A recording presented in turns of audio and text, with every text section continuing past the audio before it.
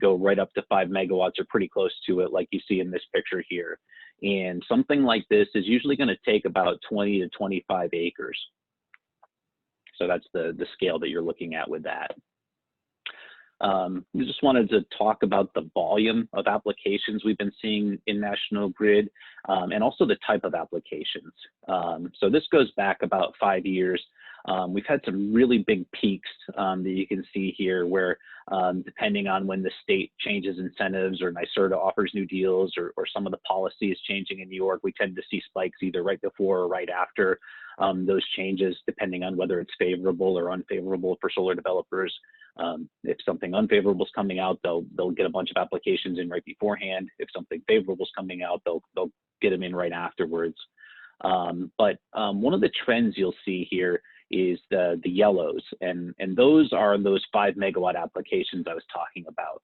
So, you know, prior to 2015, we really had a very small distributed generation presence. And then it really kicked into gear. The industry in New York really picked up around that time frame. And for a while, the applications were capped at 2 megawatts. So I think you can kind of see here on the chart when they started approving the 5 megawatt applications, and people took advantage of that. The other thing I wanted to point out, just this little nugget on the side here, total DG received versus total DG connected. We received over 27,000 applications. We've received about 7.5 gigawatts worth of applications. We've connected over 21,000, but we've only connected 589 megawatts, which is really a fraction of the amount that we received in terms of the size of the projects. So you know, this volume of applications, when we get a rooftop application for a residential home, those are pretty bread and butter, and usually they're pretty mature by the time the applicant applies for them. And you know, I think well over 99% of those end up interconnecting. But the larger applications, it's much more some level of speculative as they come in. You know, and I think that's going to be part of the conversation. It sounded like Dakota sent me a couple questions from the board, and you know, some of that is you know, the timing of when developers, what are they doing as they go along. You know, when are they reaching out to the utility? How firm is the project? When are they reaching out to, you know, other entities and whatnot? And then this just right here is, we just wrapped up our National Grid 2020 DG interconnections. You can see we interconnected 178 megawatts, 174 of that was solar. So again, the vast majority of what we're interconnecting is solar. Storage, when I say that, that's battery storage or energy storage systems. And then combined heat and power is another little fraction of what we've interconnected. On the right here, you can see of that 178 megawatts, 66 of those were interconnected in the last month of the year. That tends to be a really big crunch time for DG projects. I believe a lot of that's based on tax credits. So developers want to get it in before the end of a calendar year. The overarching policy in New York, energy policy, is the CLCPA, Climate Leadership and Community Protection Act. That came out in 2019, and it's really an extension of REV, Reforming the Energy Vision. This is a policy that sets very clear, measurable, aggressive targets for where we want to take energy in New York. So you can see the tangible targets on there.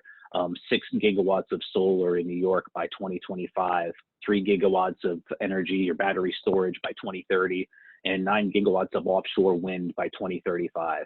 And then a few others. So even, you know, after the 2025 goal, we've got 70% renewable energy by 2030 and 100% clean electricity by 2040. The target for the reduction in greenhouse gas emissions. And then REV and CLCPA, they also cover some other you know, DER type functions like energy efficiency, and it also addresses electric vehicles and New York's transition to embrace them. The rule book for the interconnections that I get involved with, which are the 5 megawatts and below, is the SIR, the Standardized Interconnection Requirements. It's available publicly on the DPS website. The rules themselves are about 40, 45 pages, and then there's another 40, 45 pages of appendixes. And this is for any project that wants a retail interconnection, which means that they are eligible for value stack or VEDR compensation. So if you've heard of those terms, that's the sort of compensation they get. Beyond that, if they want to put in a larger project, then it becomes an ISO interconnection. So that's a different set of rules. And then just a couple other items on here are National Grid's electric service bulletins, which gives technical guidance to developers in addition to the policy guidance in the SIR. I'm going to touch on this a little bit. I don't want to completely drain the slide, but just to give an overview of the interconnection process, the steps that an application goes through. The pre-application is optional. I don't know how many people take advantage of that. A lot of them jump right into application. That's where they're turning in their documentation to National Grid, and it's at that point that they get assigned a position in the queue, which might be significant later on. We tend to treat the applications, we do treat the applications based on their queue position. So it's basically a first come, first serve. So if there's expensive upgrades needed to the grid to accommodate a project, sometimes the first one or two applications in queue won't trigger those upgrades, but then like third or fourth application in queue will trigger the upgrades, and everyone after that is responsible for the cost contribution for those upgrades. We have a preliminary screening analysis for projects over 50 kilowatts. Usually those under 50 kilowatts can go right to interconnection. They might need our design team to see if we need a larger transformer or something small like that. But otherwise, again, they're processed pretty cookie cutter most of the time. But when we get over 50 kilowatts, we do this preliminary screening analysis. It's a series of 6 screens, and it's meant to see if these can be expedited through the process or if additional study is required. And there's sort of a window. Anything over 50 kilowatts has to go through the prelim screen. Anything over 500 kilowatts automatically goes to a further engineering study. So that engineering study is, we call it the CSER, and you can see the acronym there. This is a comprehensive engineering study that National Grid's engineers conduct, and it's to see what sort of impact that DG interconnection is going to have on our grid. We want to make sure it doesn't adversely affect any of our customers. So if the DG is going in, we want to make sure that it's going to not affect the voltage or power quality of any of our other customers on the grid. So we identify upgrades in that engineering study along with a cost estimate. If the developer chooses to pay the estimate that we quote in the CSER, then it'll go to construction. It's a pretty broad term for DG. When we say construction, it really includes final design and engineering, procurement, and then what you'd think of as traditional field construction. And then there's a couple closeout steps that I kind of skipped over. Here's another slide I'm not going to drain. This is just meant to point out that we're constantly trying to improve these processes. We work with developers, we work with the state, we work with communities, we work internally. We're trying to provide better service. We want to do things cheaper, faster, more efficiently. I won't touch on too much here, but we've worked on automating a lot of things that we used to do manually. We've worked on training our folks. We found some cheaper solutions from a technical perspective than what we were originally using. So it's continuous improvement. We've made a lot of things better already, and we keep looking for new opportunities. A couple of things I'm just going to point out real quick. One of the things we have is an interconnection online application portal. So this is where customers and developers can submit an application right through a website, and then they can track the status of it along the way. So they don't have to necessarily put in a phone call to a customer service rep. They can go on and check the status of their application. They can also upload documents to it. There's good, robust tracking in our application portal. So it's a really good way to communicate back and forth between the customer and the company. It's quite a step above where we were 5 years ago.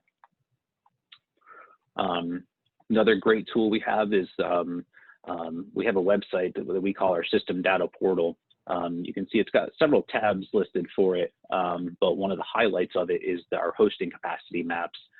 These are an area that we are continuously improving. We had a really kind of basic form of these a few years ago, and it's come a long way to show what sort of hosting capacity is available on our grid. So specifically, it's looking at how many megawatts can a developer install anywhere on our distribution system that's not going to require big upgrades. Now, you know, the hosting capacity may say, like in the screenshot here, 1.4 megawatts of hosting capacity available. That's what we'd expect that someone would be able to interconnect without very many large upgrades. There's some basic things they'd have to pay for, but it shouldn't need some of the bigger upgrades that we sometimes require. That's not to say they can't install a bigger system, but it means that our engineering study may require them to do reconductoring, replace reclosers, up to doing some substation upgrades, things like that. Just a couple of the technical issues. I think I mentioned a couple of these already, but when we're doing our studies, we really want to make sure that we're looking at ways that we're not impacting our other customers on the grid. So we look at, you know, we don't want spikes in voltage or drops in voltage as the solar farm is changing their output as cloud cover's coming over. So we ensure that that's not an issue when we do our studies. And if it is, we find ways to mitigate that. We have our transformer limits. Those are thermal limits really on all of our equipment. You know, our equipment is rated to have a certain ampacity flowing through it. And if we overload it, it'll damage our equipment and eventually we'll need to replace it. And so we want to make sure that the cost causers in these cases are the ones who are paying for that and not the general rate base. Anti-islanding looks at when the power goes out on the national grid side and there's a generator on the system. We don't want them feeding power back into the grid because we're going to have line workers out there working on the lines. There might be you know, wires down, and we don't want the public going next to an energized line. So we make sure that the DG is going to turn off at the same time that the rest of the grid turns off. And then there's D-line distribution line backfeed into the transmission system. This is at the substation level, making sure that we're not feeding energy back into the transmission system when there's problems as well. Just about wrapping up the slide deck, I just wanted to note National Grid's strategy, our vision, our priorities, et cetera. I won't drain this either, but I just wanted to point out that our vision for the company is to be at the heart of a clean, fair, and affordable energy future. And in our priorities, we've got 4 of them, and one of them, just to highlight, is enable the energy transition for all. We have our own net zero greenhouse gas emission reduction goals. We want to be net zero by 2050. Yeah, and I think that covers that one. So hopefully I didn't fly through those too quick, but I think that you know, there's plenty of time for questions if folks want to dive deeper into anything I went over, or if you have other questions that I didn't cover.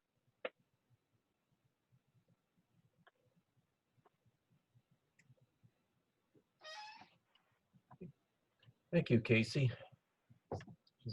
I know that the planning board members did have questions that were submitted to Jason, but is there anyone from any one of our guests here have any questions that you'd like to ask?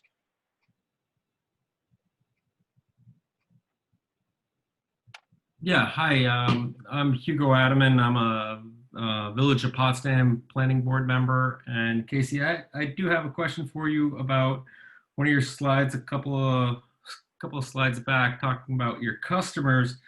And I'm curious to know how National Grid views whether or not the consumer or small producers are their customers, and how they differentiate their customers and subsequent treatment of that.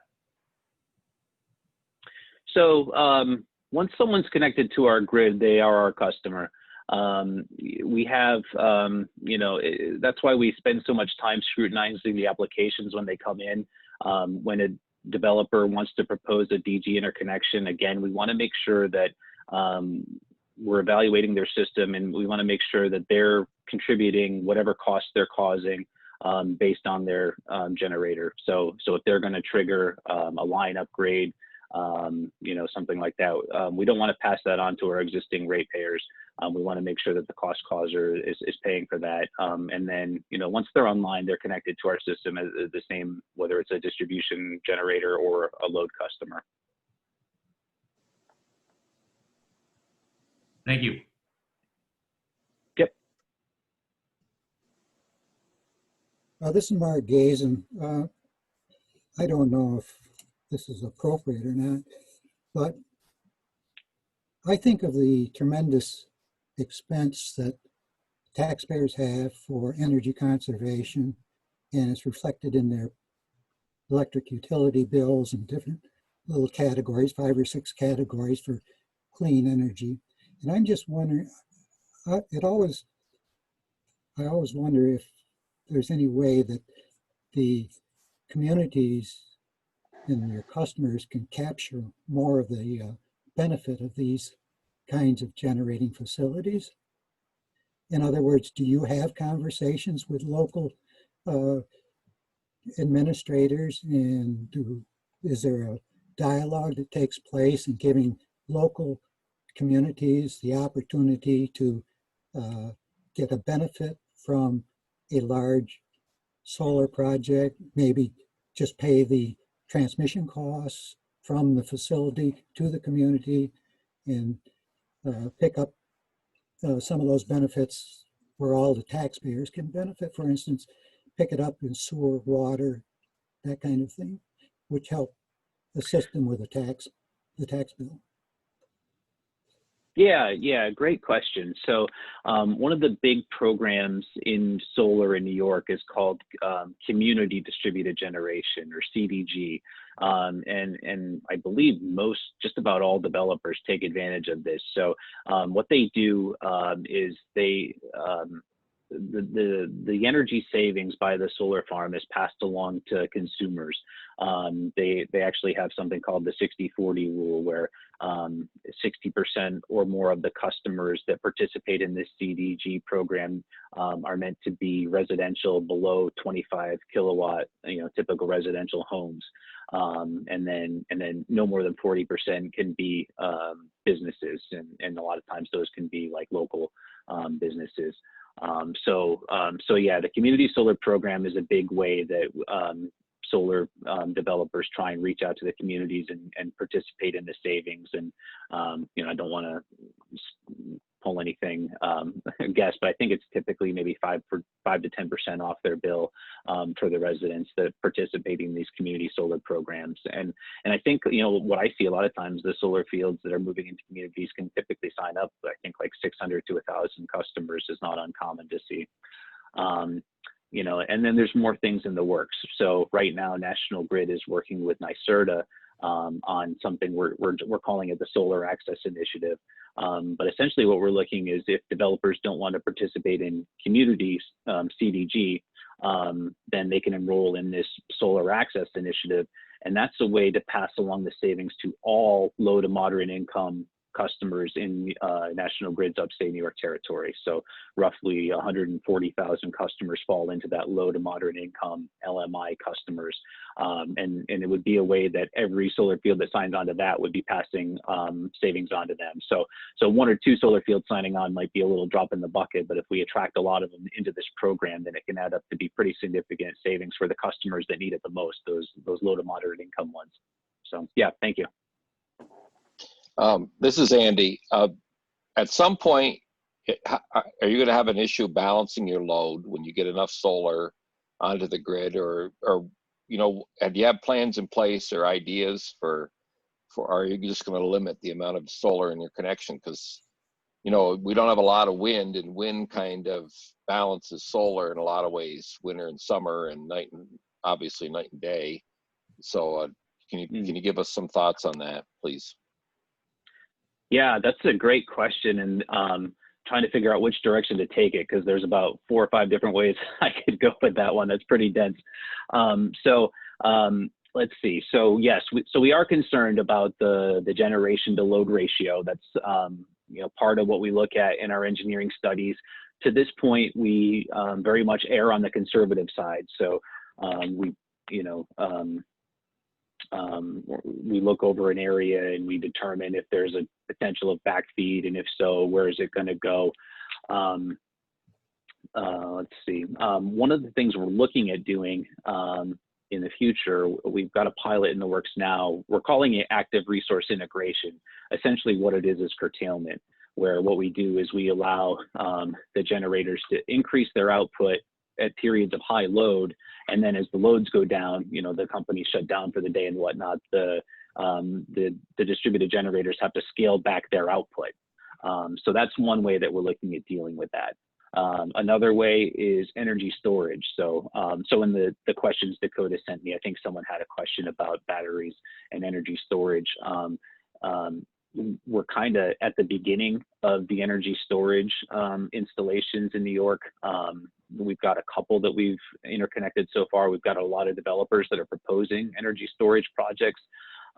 But as you saw on that CLCPA slide, we've got a goal of 3 gigawatts by 2030. So we're sort of barely scratched the surface of that. But batteries are unique because in terms of utility function, they can serve as both a load and a generator, depending on what sort of function they're doing. So they can absorb load, you know, while the generator is outputting, and then later on, like if the solar field can't generate at night, the battery can output at that point. So, so we think there's a lot of things that we can do with that we're sort of still piloting and working our way through.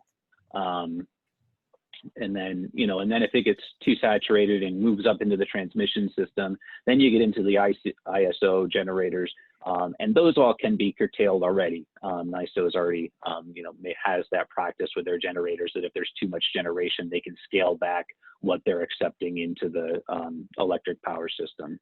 So I hope that answered the question. There were a lot of good things in there. So hopefully I hit on most of the stuff you were trying to ask.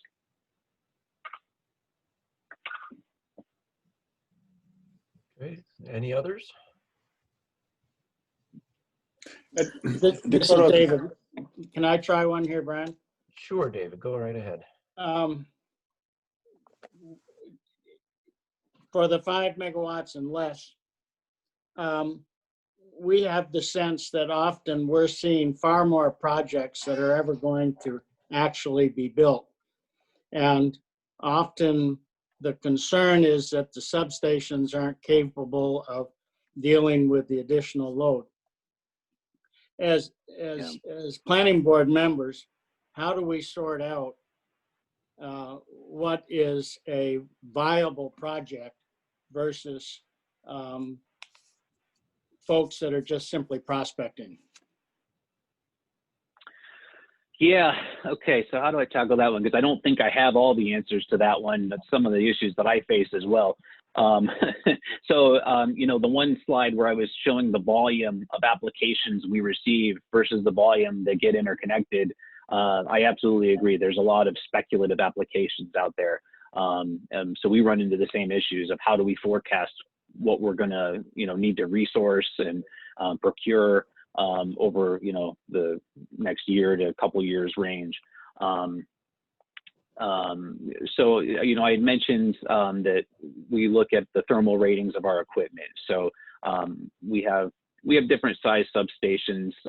Really, they can go down to as low as, you know, 2 megawatts or so, all the way up to 40 megawatts. And a common size we have is 25 megawatts, but, you know, it's really location specific. So one of the things we identify when we do our engineering studies is if it's not at that highest megawatt that we have, the 40 megawatt substation transformer bank, we will consider putting a larger bank in to accommodate the distributed generation. Again, that's all would have to be paid for by the developer. A lot of times when you get into a substation transformer bank upgrade, it's just not financially feasible for them at that point. And I've done some work at the state policy level to come up with some cost sharing concepts that might change that in the future. But as of right now, developers just don't move forward if it gets to a substation transformer bank upgrade. You know, so, and also, like I had mentioned, we go by queue position. So, you know, if you have, say, 6 applications in the queue, they're all 5 megawatts. So you got 30 megawatts total, and that substation transformer bank is 25 megawatts. The first 25 megawatts in queue, those first 5 megawatt apps, you know, they would not have to contribute to any sort of substation transformer bank upgrade.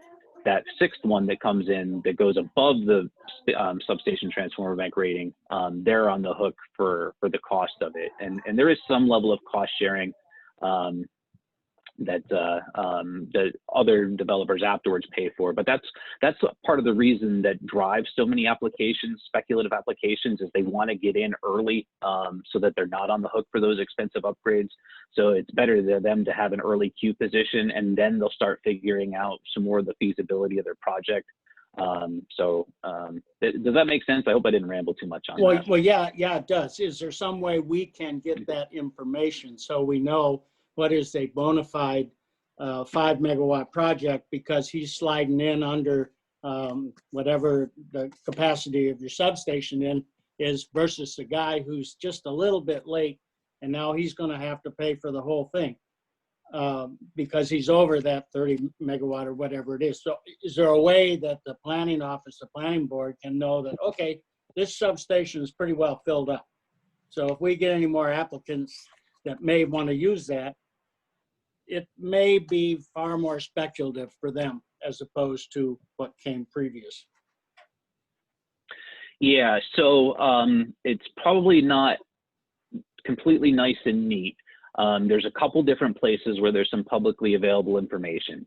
So the Department of Public Service publishes the SIR inventory. So that is all active applications, and you can literally just Google SIR inventory, and I think it's the first link that pops up. And all utilities have it, so it's broken down. So you'll see a link there for National Grid. That'll pull out all the National Grid applications in queue, and you can filter by. I know you can filter by feeder. I think you can filter by substation, and I believe you can filter by town as well. And then separately, we have the hosting capacity maps, and those list the thermal limits of our substations. So on there, I forget exactly what it's called. In fact, let me see if I can look it up real quick, what the field is called on there. Just scrolling through my slides again here.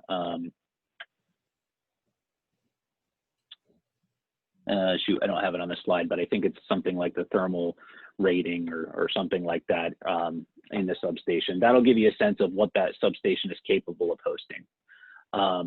And someone noted in the chat there, our hosting capacity maps, you do need a login to log into it. I don't think you do for the SIR inventory report, but for the hosting capacity maps, you do. Just one other thing that you made me think of while you were talking too is, you know, part of the other reason we have so many speculative apps is they're waiting for someone to drop out. So they know that someone ahead in queue may have been sort of speculative, not fully vetted their project when they put in their application to us. And so they may think, okay, you know, right now I'd be on the hook for the substation upgrade, but if I wait 3 months, they may drop out. And then at that point, I'm no longer on the hook for it. And now my project is that much more viable. So that stuff happens too. There are timelines in the SIR that projects are supposed to move forward in, and if they don't take certain steps, then their application will be withdrawn. Okay, thank you. Yeah. Any other questions?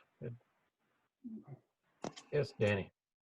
Okay, I think that's the question. The governor came out and talked about 92 solar projects that is going to be coming in the United States and creating 50,000 jobs. How does that fit in, you perceive, with us in St. Lawrence County looking at solar projects, or where did he get this number 92? So I'm not familiar with the particular number 92 number, but what I'll tell you is that the stuff that's on the governor's radar is typically the larger ISO interconnections, the ones that interconnect directly to the transmission lines. It's not really my bread and butter. I'm typically doing the distribution interconnections, 5 megawatts and below. You know, National Grid, I think we had something like 70 large solar fields interconnect last year alone. So, and you know, I think we'll probably trend for easily 92 just ourselves on the distribution level. But I think the ones that are on the governor's radar are those larger, you know, 100 megawatt, 200 megawatt solar fields. that interconnect directly to the transmission system and go through the ISO. Would that be talking about something like from Messina to Marcy? These lines are putting in now, the larger systems? Yeah, yep. I think part of the driver behind those lines, and I'm not too much involved with those, or I'm not really involved with them at all, but I think that part of the driver for those was to be able to share the generation across the state a little bit better. You know, if you think about it, upstate New York is great. There's a lot of open space for building some of these 20-acre or much larger in some of those cases. But a big load source in New York is right down in the city. So some of those transmission lines help allocate the load a little bit better across the state and the generation. Thank you. Yeah. Zarek, I have a question. What is the average, I guess you could say, acceptance rate of large applications, 5 megawatts or larger, actually accepting National Grid's bill for increasing a substation? So if a substation is at max capacity, about how many applications actually go forth with that upgrade process?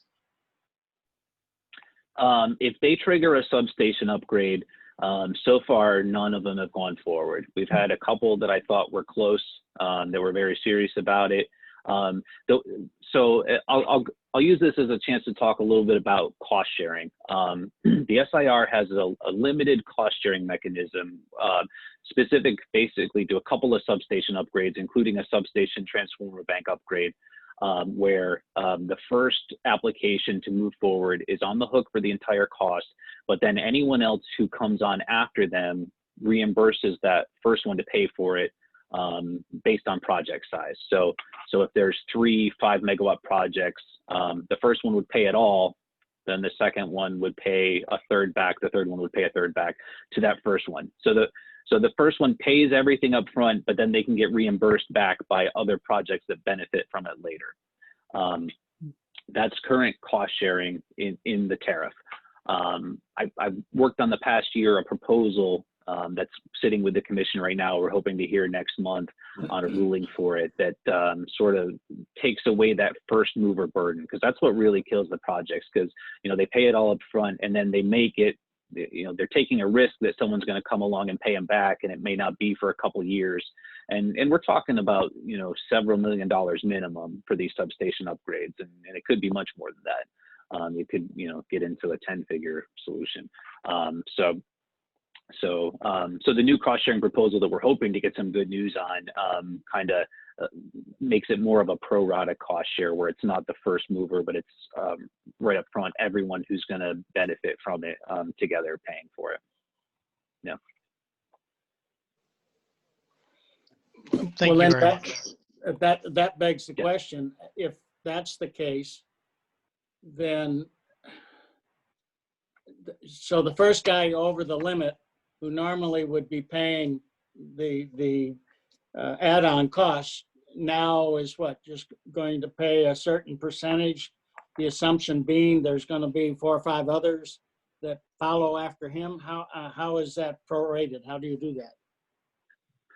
So what we did was we put a guardrail in there that we would need at least 75% of the transformer subscribed to. So we would need, probably a good two or three developers to commit to paying the costs on that prorated amount before we would go forward with the upgrade. And then there might be a little bit left over that's not recovered yet, that would be open and hoping that someone else is gonna take advantage of that prorated cost share and come along. There's a potential that a small amount could get rate based in this new proposal. That's partly what we're waiting to hear back on too. Yeah. Okay, thank you. Yeah. This is Anyone Matilda. I else? have a question. I'm a staff member with the county planning office. In general,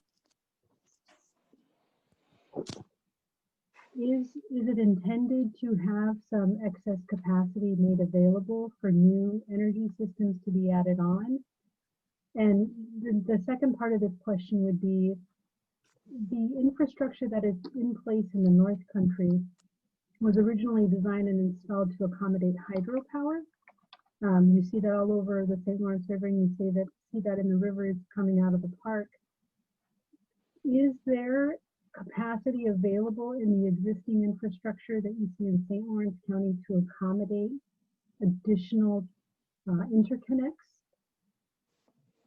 compared to other places in the state? Okay, so I didn't prepare enough to talk to the capacity available in St. Lawrence County specifically, so I don't know what the existing capacity is, but they're treated the same: hydro, solars, wind, batteries, etc. But batteries is sometimes a little bit of a special case, but the generators are treated the same. So whatever capacity there is for generation, it's like I say, kind of on a first come, first served basis. So actually the hydros, a lot of those are legacy. They've been in place. So they're, first in queue because they've been around for decades in a lot of cases.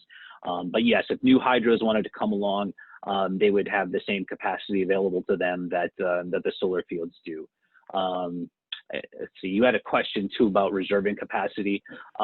So for the most part, we're running up our system to what our thermal ratings are, and that's because we've got very aggressive goals in the state to meet. That 6 gigawatts of solar, we're only off the top of my head, like maybe 40% of the way there. So we have a short amount of time to meet our goal by 2025. But what I will say, one of the things we've struggled with, we've kind of evolved our stance on is like rooftop residentials. So if we're hooking up these big solar farms and they're taking up all this capacity, we don't want to be in a position where we're saying no to, a residential customer that just wants to put a 5 kilowatt rooftop solar on. And originally we did reserve some capacity for those.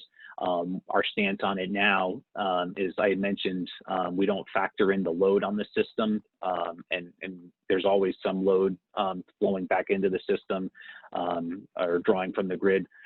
So that's our buffer right now for those residentials that want to come online. So even if there's a couple of 5 megawatt solar fields on a single line, we assume that there's some load to accommodate the residentials that want to sign on. And this is evolving stuff. It's there's not a lot of places in the country that have as much generation as what we're trying to install here in New York. So we're kind of learning as we go, and evolving our stances on this as we learn. We always start conservative from a utility perspective, because our obligation is to take care of all of our customers, and we want to make sure nothing's going to negatively impact our existing customers, our ratepayers. But as we get comfortable with the level of generation we have, we tend to open it up. Yeah. So getting back to the investments made by hydropower facilities, and I don't mean to take up a lot of time, because of the significant investments made for those hydro systems, I'm assuming that the cost sharing mechanism, if it were to apply there, would be significant and almost cost prohibitive. If the 5 megawatt array wanted to come in, let's say in an area not far from a Brookfield Power facility, they're going to have to pay some money back to that hydropower company. Is that right? So the cost sharing is whoever triggers the upgrade, and then projects that come on afterwards. So like I say, most of the hydros were already in place. They were the first ones on. They didn't trigger the big substation upgrades. So they don't have to pay it up front, and they wouldn't participate in the cost sharing afterwards. If there's a new hydro coming on, and they would be eligible for it, then that might be a different story. But the legacy ones, are already on our system. Okay, thank you. Yeah, yep. And the other thing I'll point out just on that question is the cost sharing is eligible for upgrades that are shared among multiple projects. So typically we're talking about substation projects. There are project specific costs that are always going to the project that triggers it. So for our greater than 1 megawatt projects, we put in a recloser right at the customer site to give us some monitoring and controllability. That tends to be, between $100,000 to $140,000 upgrade that just about all of our projects have that are at that size. And hydros sometimes have some other upgrades specific to them based on their type of generation. So just to point that out as well. The cost sharing is for shared upgrades, but then there's project specific stuff that goes to the specific projects. Thank you. This is Kitty. I have a question. I'm wondering what the near future of storage might look like, and if that's something that National Grid sees itself investing in, or is that likely to remain associated with the distributed generation partners, or how do you see that?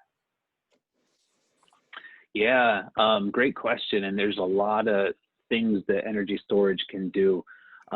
So National Grid does have a few energy storage projects. We did one at our East Pulaski substation, which is in our central division, and I'm trying to think of the other one. We did one in North Troy as well. And the function of the ones we put in large ones, 2 megawatt batteries. They're like the size of a, the cargo you'd see on an 18-wheeler. And those were peak shaving. So those were cases where the substation was starting to get overloaded. Normally, I think say it was like a 15 megawatt substation transformer, and we would have to do an expensive rate-based project to upgrade to the next highest transformer. But by putting this battery in, it either, it allows us to save costs and not upgrade our transformer, or at least delay the upgrade by 10 years. So those are a couple that we've done already. We're also looking at doing some for reliability. I did a lot of work a couple of years ago in Hamilton County, which, if anyone knows the terrain out there, it's just kind of long wooded sub-transmission lines that go on for miles that are difficult to access. So when there's a power outage, it takes a long time for crews to patrol them and find the outage and get them back online. And it's a radial taps, which means that it's only fed from one direction.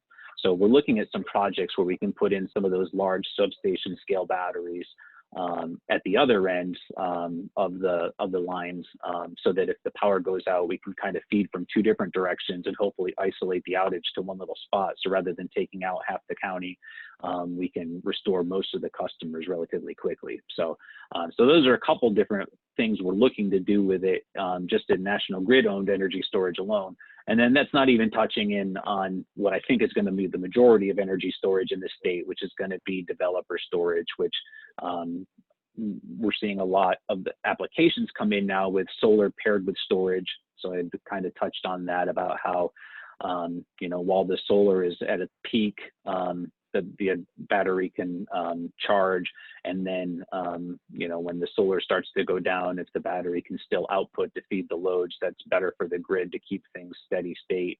We're looking at battery as a solution for flicker. So like I mentioned, when cloud cover comes over, that might rapidly increase or decrease the amount of solar going out. Sometimes we tell projects now that they have to reduce in size so they don't impact other customers. But in the future, we think batteries can help solve that. If the solar's not outputting, as much at one time, the battery might be able to pick up the slack, basically. So there's a lot of different things that we think energy storage can do. I'm probably not even hitting on some of the more creative things in the pipeline, but those are some of the things I am aware of for them. Thanks. Yeah. Anyone else have a question? Jason, did you, or maybe Dakota, did you have a list of questions from the board members? I do have that, and I can take a look at that to refresh. But as I do that, I have a question, Casey, in terms of the storage component. Do you foresee a developer coupling an array with storage to potentially reduce upgrade electrical infrastructure cost? So that might get into, I had mentioned that curtailment pilot that we're working on, where, right now, actually even right now, we think that the energy storage might help with some flicker issues. We're still working on them. We haven't had any successful projects go through with it, but our engineering is working with customer engineers to see, are there ways that, right now, a lot of times we'll get a 5 megawatt project and we'll study it and say, okay, you're going to have to reduce down to 2 megawatts or else you're going to negatively impact the system. And now they're saying, okay, well, can I interconnect all 5 megawatts if my battery can ramp up at the same rate that the solar is ramping down. So we're looking at stuff like that. That's something right away. Yeah. And then, yeah, when we're looking at curtailment where, you know, we may have to back them off at certain times of day, but then, you know, the amount of the time of day when solar outputs, it mostly overlaps when there's high load on our system. But if you've ever heard of the duck curve, it doesn't completely overlap. So that's sort of a curve where it shows that solar output peaks from like noon until maybe 7 at night. But then people's loads ramp up from like 5 to 9 o'clock at night as they're getting home from work. So around 7 o'clock when the sun goes down, but everyone's turning on their TV and, you know, their air conditioners and whatnot, you know, the loads really ramp up. And that's a time we think that energy storage is going to have a beneficial impact on the grid as well. So, you know, for those solar projects, that kind of helps mitigate the impact of the solar output reducing during that time of day. Okay, thank you. Dakota, before you jump into the list of questions, I just wanted to mention to the participants, if you could put your name and your affiliation into the chat box, then we will have a record of who has attended, and we're just at the hour mark here, so we'll make sure that you get at least, depending on how long the conversation goes on here, at least an hour of training credit if you're a planning board member or a zoning board of appeals member, because this is certainly applicable to some of the work that you or the review work that you may see in your individual communities. And before we move on, Dakota, maybe just a follow-up question, if I could, Casey, about the battery storage. I know I've heard some concerns just about potential negative impacts or environmental concerns with battery storage and the safety associated with battery storage, you know, potential for, you know, fire and chemical plumes, things like that, maybe a little doom and gloom, but I know there's a lot of safety measures built in, but is that I guess a founded concern that the battery storage at such a high capacity could be a concern to a nearby community? So I know there was an incident a few years ago, I want to say out in Arizona, where there was one of those pretty large, you know, substation scale batteries, the couple megawatt batteries that caught fire. And I think one of the concerns is making sure that communities can respond to that type of fire. And I'm not an expert on it. I didn't really dive deep into the case study in Arizona, but I know when National Grid was trying to put batteries in our substations, we had to work with the communities, and one community shot us down. They said that, you know, we don't feel comfortable that we have the, you know, firefighting capabilities if there was a battery fire. We're continuing to talk with that community, and we're still hopeful that in a couple of years they reach a comfort level with it. So, I you know, I don't know what the risk is of them having like a fire or anything like that, but I think that one of the things to consider in the community is, you know, if there is an incident, are we capable of responding to it? Right. Okay. Thank you. Yeah. Yep. Okay, a couple pieces here from questions. Okay, infrastructure upgrading of the current distribution system. Are there any plans to upgrade any of the smaller feeder lines that connect to main trunk lines? Or more so, the general question about upgrading the smaller feeder lines. What's the National Grid's position? Yes. Yeah, so I had mentioned when I was showing you guys the hosting capacity maps, I had mentioned that there's a couple other tabs on there that also have some value. So there's one of them that just publishes our major public-facing documents. And National Grid, we have our capital investment plan, which is our 5-year capital plan of this is the infrastructure we intend to build on. And that's just based on asset condition, load relief, reliability, resiliency. Has nothing to do with the DGs, but it's just areas of the grid that we think need attention. And that can include reconductors, which if we're putting a larger conductor in, can provide benefit to solar developers looking to interconnect. Conversions is a big thing. About half of our upstate New York territory, the distribution voltage is what we consider 5 kV, which really doesn't have a lot of hosting capacity. It might be able to interconnect a megawatt or maybe a little bit more. But for those big 5 megawatt solar fields, you really need 15 kV class voltage. So we always have it in our plans to do conversions. Long term, we gradually want to get everything up to 15 kV, but that's a many decade plan to get that all converted. So we have a capital plan. It is available to the public in that system data portal, and that includes a lot of projects that benefit our feeders, the smaller lines. Yep. Okay. Another question in relation to noise from both battery and solar array. Noise from infrastructure that would be new, obviously, in addition to the arrays and the batteries. What's your understanding of noise produced by some of that infrastructure? I have not heard that as a concern before. So I don't have an answer for that. I've never heard of a noise complaint related to solar. I guess I thought it would have been the opposite, that maybe you're used to hearing flora and fauna, and then when they put a solar field in, I would think it's more on the eerily quiet side. So maybe there's something out there that I just haven't come across. I have not heard noise complaints related to these before. That wraps up questions that we have from board members that I have resourced here. Everything else was answered. Okay, thank you, Dakota. Is there any other general questions now that we have Mr. Kirkpatrick cornered here in our little matrix on our screens?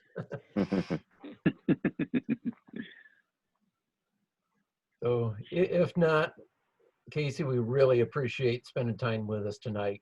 Definitely we've learned a few things and how the system works and future plans and all that. And I can say for probably everyone here that we really appreciate your time and that you spent with us. So thank you very much. Yeah, absolutely. No, thank you very much for hosting me. I was honored to come here and talk. And my job is to, as the DG Ombudsman for National Grid, is to work with the developers, but also with the communities. So anyone that has questions about National Grid and distributed generation, please feel free to reach out to me. You can go. Dakota has my information. I think I'm in Google. I'm on the DPS website. So if anything comes to you after this talk tonight that you want to have a follow-up conversation, feel free to reach out. I'd be glad to do it. So thank you. Very good. Thank you. Thank you, Casey. Thank Appreciate you. it very much. Yep. Thank you. Thanks. Yep. All right. Good night, everyone. Thank Good you. night. Good night.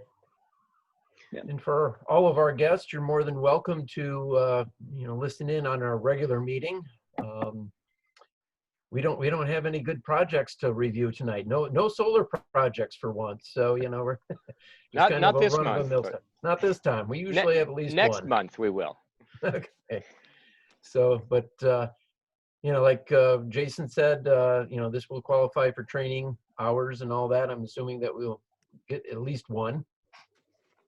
Maybe if we twist Jason's arm, maybe we can get a couple more minutes out of there. Oh, but we'll try. We'll try our best. But we can keep talking if you want, Brian. Okay, no, we'll try to keep this before 10. So anyways. Brian, if I yes, could go right mention, ahead. sorry, Brian, I haven't seen a lot of the participants put their names in the chat box. So you don't have to, of course, but if you do want training credit, we do need to have your name in the chat box and the municipality planning board or zoning board that you're affiliated with. So yeah, again, you don't have to, but if you do want the hour training, we do need to see your name there. So sorry, Brian, just wanted to get that in before more people dropped off. No, that's important information. So, all right. So with our agenda here, project reviews, referrals pursuant to our MOU. There is one addition on there, and we received a list of 2 items. So Jason, if you'd like to go through those. Sure, I'll share a screen here.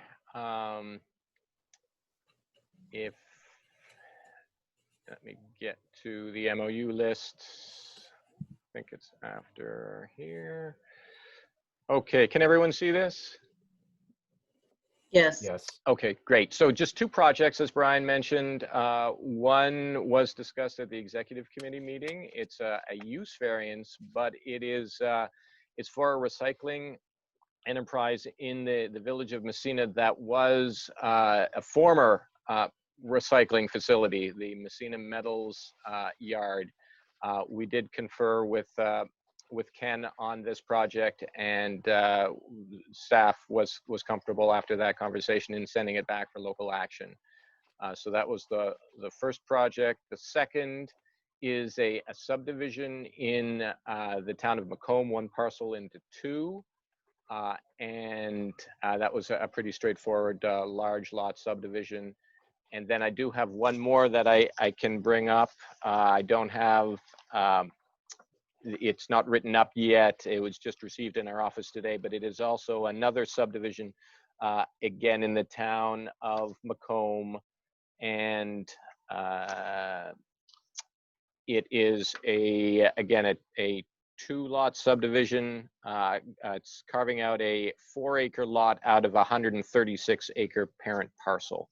So it looks like just subdividing out a small residential building lot out of a larger parcel, and that is on the Hall Road, 332 Hall Road in Macomb. Okay. We didn't have any full reviews this month. So as far as reports, the executive committee did meet on December 29th. We set the agenda and talked about the training that we had tonight and we discussed the 2 brothers, which you just presented there in the village of Messina, to return that. So it was a pretty light meeting for the exec board. Danny Fay, the Board of Legislators. The only thing I want to talk about, I think this is the important thing, is COVID-19 right now. And I'm sure if some of you tried to get online and try to get a time, it was tough, but it looks like we're making progress. Looks like on Tuesday we may, at Maxey Hall in Potsdam State, has the ability to do as many as 1,000 a day. Sounds like a huge number, but maybe progress. And that's the only thing that really comes to mind for me to worry about, is to make sure we get this COVID-19 under control in this county. Okay, thank you, Danny. The Highway Department, Don Chambers. How's the snow plowing going? Hey, it's been a light winter so far. So, Oh, now you jinxed it. It's all over. Yeah, don't you know you never say that, Don? Yeah, well, it is the North Country, so it'll come. If it wants to come, it'll come. So we did start a project on bridge project that's underway right now on Brown's Bridge Road in Pierpont. That's underway by a contractor. They're removing the steel and going to do some concrete demo during the winter and maybe drive some piling. Shut down for a while, and then it will start back up during the summer weather. The snow plowing's going well, but we are struggling with the COVID issue with my department and various others. other towns and such through the county are struggling as well. Okay, thank you, Don. Our next section is the State of the County Roundtable, which for our guests basically is just if we want to bring up anything that's happening in our communities or anything of interest, which you're more than welcome to add to that discussion if you'd like to bring something up in your municipality. So does anyone have anything for that, for the good of the order? Brian, this is Kitty. I'll just make one mention that maybe will help some of the folks on the line feel better about the snow should we start getting it, is that we're still under a pretty severe drought here in the North Country. The drought of 2020 is still ongoing. It's not over with. We just don't think about it right now because it's not the growing season, but it's actually worsened a little bit lately. And so we do need that snow that is making Don's life is easy right now, but we could use a little. So hopefully we won't start out the growing season with a water deficit, but right now that's what it's looking like. Okay, thank you, Kitty. Any others? Okay, Jason, staff report. Thanks, Brian. I know you all have the written staff report, and I won't go through it line by line. I will pull out a few highlights, I guess. Dan mentioned the COVID situation in the county here, and Don as well. And I think every county department here is doing what it can to address COVID in one way or another. I know I've mentioned this before, but I can't thank Matilda and Dakota enough for all the work that they do on a daily basis, working with public health to provide the graphical or spatial representation of the cases. The maps that you see on the public health site on Facebook are produced on a daily basis by Matilda and Dakota, and it's really a Herculean effort for them. They've Dakota is showing off a lot of his tech savvy skills by writing new code to assess the data, and it's really impressive to see these I'll say young minds at work here working on this stuff. So we're also doing some analysis now, some spatial analysis and some mapping for the as Danny mentioned, the vaccine distribution.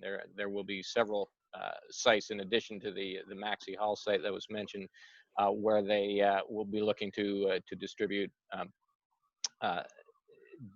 the vaccine as it becomes available. So that's additional work that's keeping us busy. Still along those same lines, as you know, Matilda does so much with the public transit service. She's been working this week with the local hub for vaccine distribution, which is CVPH over in Plattsburgh, and looking at assessing the transit routes in St. Lawrence County here to ensure that everyone can get to a vaccine site as the vaccine becomes available, whether you have a vehicle or not. So a lot of activity here. In addition to that, staff here is participating in the public health call center. There's a call center that's set up, runs 8 to 4 Monday to Friday. I spent some time there yesterday, and the phone doesn't stop ringing. It's a continuous stream of phone calls from the public calling in, asking about vaccinations, asking about isolation, quarantine, that sort of thing. So it's really, Dan is dead on. You really, and we all know, we're all living in COVID here, but you really can't underestimate how much of a huge impact it has had on everything that's going on in the county. So we're trying to do our part to help with the relief with that. Another project that we'll be involved with, along with Don's department, and Highway and also the county's Emergency Services Office is a hazard mitigation plan. 5 years ago, the county, I think St. Lawrence County was the last one to get it done, but we did get our state required hazard mitigation plan complete.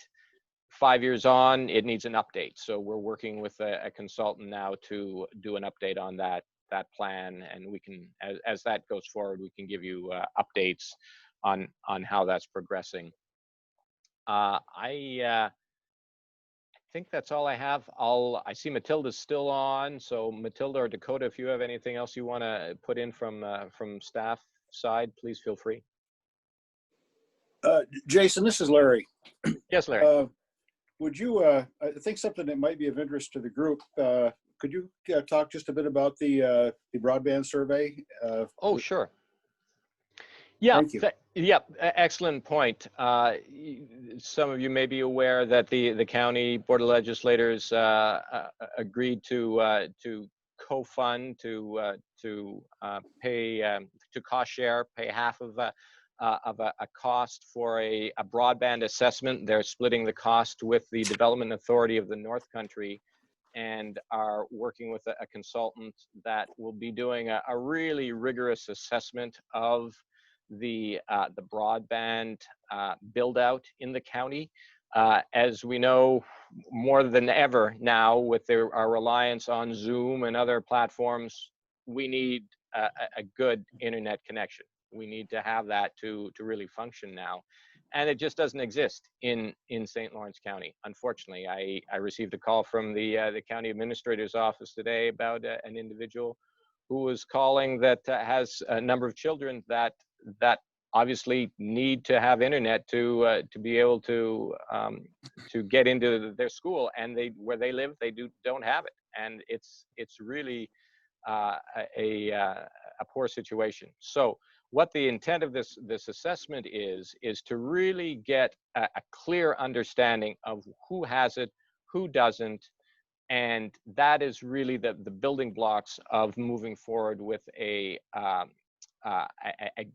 targeted application for funding for an upgrade to the areas that are deficient in broadband. So we're still at the beginning stages of this assessment. Our first meeting with the consultant is next Tuesday, the 19th of January, and we hope to have more information going out. There will be a public campaign, I guess, to solicit information from the public on their broadband experience and their broadband connectivity where they live. So would appreciate any, if you happen to see that, pass it on, mention to people to, please fill out that survey information, because all that will go in to this report and will help with with moving the needle with the broadband in the county here.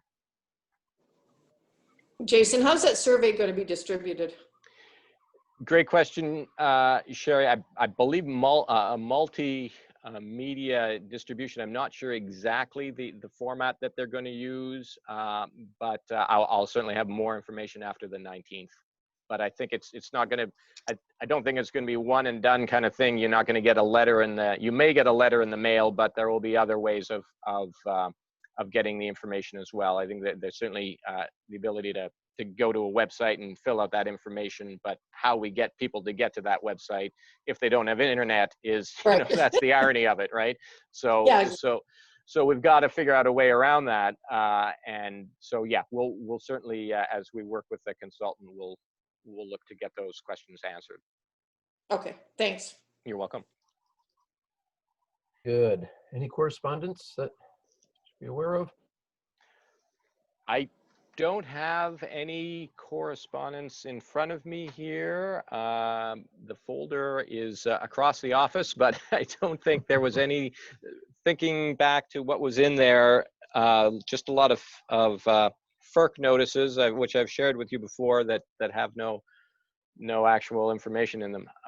But we have received, in addition to that, we have received some notices from municipalities on actions taken by those municipalities on projects. speaking of that, I did fail to mention it earlier when we were talking about the other projects. We did receive an application for another 5 megawatt solar installation in the town of Oswegatchie. For some reason, Oswegatchie is a hotbed of solar installation recently, at least proposed projects. You know, in light of what we heard from Casey here, it's interesting to see whether these ultimately will be built. But this is it's a new developer. I don't recognize the name.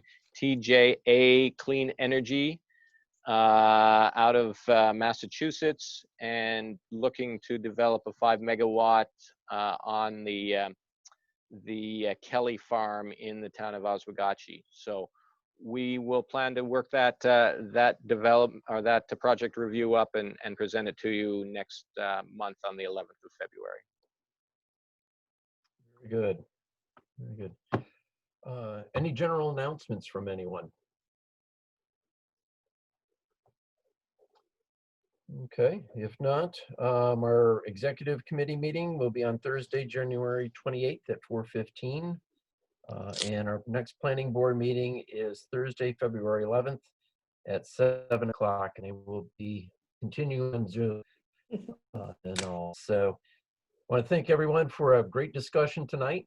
I hope that this was worthwhile to our guests, and it definitely was to myself and in the planning board. We learned a few things and you know, kind of understand some of that a little better. So do I have a motion to adjourn?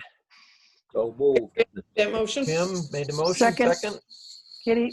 Kitty, all in favor? Aye. Aye. Against? Thank you for setting that up. Thank you all. Yeah, thank Yep. you. Yeah. Thanks.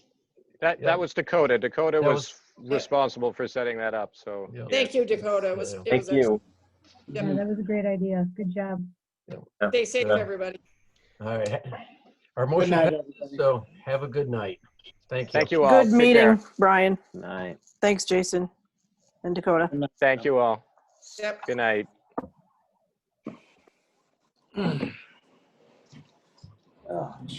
Jason, you're still there, right? Yes, sir. You able to export that chat? I'm going to do list? that right now. Oh, I'm good saving man. the Okay. chat. Yep. And then I'm going to, we're still recording. I'll stop the recording. I guess I can do that first. Okay. Actually, Cool. let me save the chat. Coda, could I talk with you for a minute? Yeah. Absolutely.